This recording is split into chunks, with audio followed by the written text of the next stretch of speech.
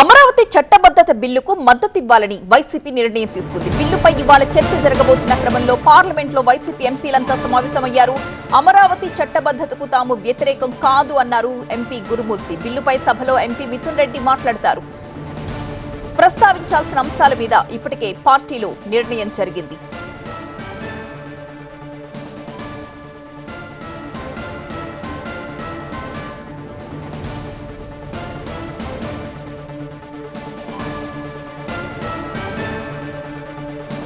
పార్లమెంట్లో వైసీపీ ఎంపీలు సమావేశమయ్యారు. ఈ బిల్లుకు మద్దతు తెలపాలని వాళ్లు నిర్ణయం తీసుకున్నట్లుగా తెలుస్తోంది. అమరావతి చట్టబద్ధత బిల్లుకు మద్దతివ్వాలని వైసీపీ నిర్ణయించింది. బిల్లుపై ఇవాళ చర్చ జరగబోతున్న క్రమంలో పార్లమెంట్లో వైసీపీ ఎంపీలు సమావేశమయ్యారు.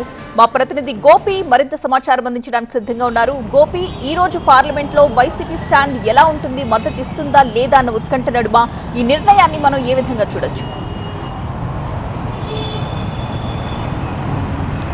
ఆంధ్రప్రదేశ్ రాష్ట్రానికి సంబంధించి ఈరోజు ఒక బిగ్ డేగా చెప్పాలి. పార్లమెంట్ చరిత్రలో ఒక రాష్ట్ర రాజధానికి చట్టబద్ధత కల్పిస్తూ కేంద్ర ప్రభుత్వం ముఖ్యంగా ఆంధ్రప్రదేశ్ పునర్వ్యవస్థీకరణ చట్టానికి సంబంధించిన బిల్లుని పార్లమెంట్లో ప్రవేశపెట్టబోతోంది. దీనికి సంబంధించి వైఎస్ఆర్సీపీ స్టాండ్ పైనే ప్రస్తుతం ఉత్కంఠ నెలకొంది. ఎందుకంటే గతంలో వైఎస్ఆర్సీపీ అధికారంలోకి వచ్చిన తర్వాత 3 రాజధానుల అంశాన్ని తెర మీదకి తీసుకొచ్చిన తర్వాత మళ్ళీ టీడీపీ ప్రభుత్వం అధికారంలోకి వచ్చి కూటమి ప్రభుత్వం అధికారంలోకి వచ్చిన తర్వాత అమరావతిని రాజధానిగా చేస్తూ ఇక భవిష్యత్తులో ఏ ప్రభుత్వం అధికారంలోకి వచ్చినా ఆ రాజధాని మార్పు ఉండకుండా చట్టబద్ధతను కల్పించే దిశగా ఇటు అసెంబ్లీలో తీర్మానం చేసి కేంద్రానికి పంపడం జరిగింది. సో ఇదే అంశానికి సంబంధించి ఈ చట్టబద్ధత అంశంపైనే వైఎస్ఆర్సీపీ ఎంపీలు ప్రస్తుతం పార్లమెంట్లో సమావేశమయ్యారు.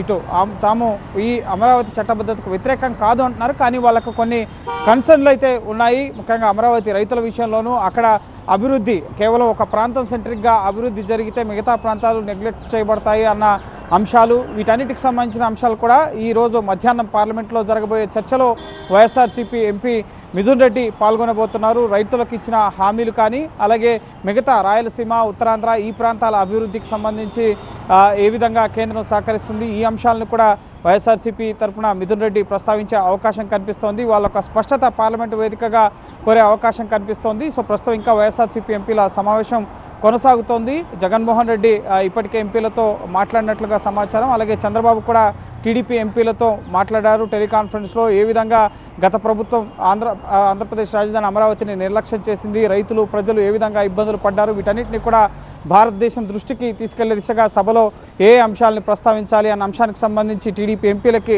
చంద్రబాబు దిశానిర్దేశం చేయడం జరిగింది. సో ప్రస్తుతం 12 గంటలకి ప్రశ్నోత్తరాల సమయం ఇప్పుడు 11 o'clock to 2 o'clock ఉంటుంది. 2 o'clock తర్వాత జన్ విశ్వాస్ బిల్లు కేంద్ర వాణిజ్య శాఖకు సంబంధించి బిల్లు చర్చకు రాబోతోంది. సో స్పీకర్ ఓం బిర్లాని కలిశారు టీడీపీ ఎంపీలు కాసేపటి క్రితం.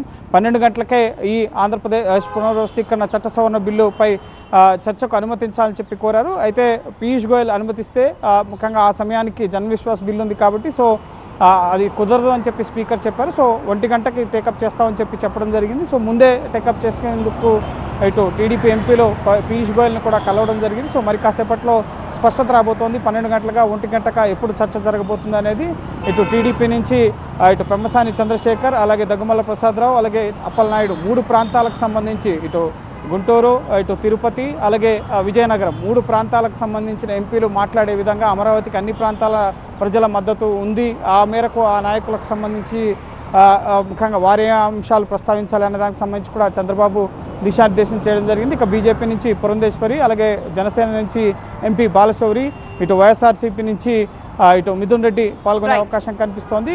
ఆంధ్రప్రదేశ్ పునర్వ్యవస్థీకరణ చట్టం ముఖ్యంగా ఇది 2 తెలుగు రాష్ట్రాలకు సంబంధించిన విషయం అయినప్పటికీ రాజధాని అంశాన్ని మాత్రమే ఆంధ్రప్రదేశ్ పునర్వ్యవస్థీకరణ చట్టం సెక్షన్ 5 సబ్సెక్షన్ 2లో అమరావతిని అలాగే సిఆర్డీఏ 2014లో అమరావతిని ఎంపిక చేసుకుందన్న విషయాన్ని జోడించాల్సి ఉంది. కాబట్టి కేవలం ఏపీకి సంబంధించిన ఎంపీలే ఉభయ సభల్లో కూడా చర్చలో పాల్గొనే అవకాశం ఉంది. ఈరోజు లోక్సభలో చర్చ ఉంటుంది. రేపు రాజ్యసభలో ఆమోదం పొందిన తర్వాత కేబినెట్ రాటిఫై చేసిన తర్వాత రాష్ట్రపతికి దీన్ని పంపించి రాష్ట్రపతి ఆమోదం తర్వాత అమరావతికి చట్టబద్ధత అంశానికి సంబంధించి కేంద్రం గెజిట్ నోటిఫికేషన్ విడుదల చేయబోతోంది. Right, thank you Gopi.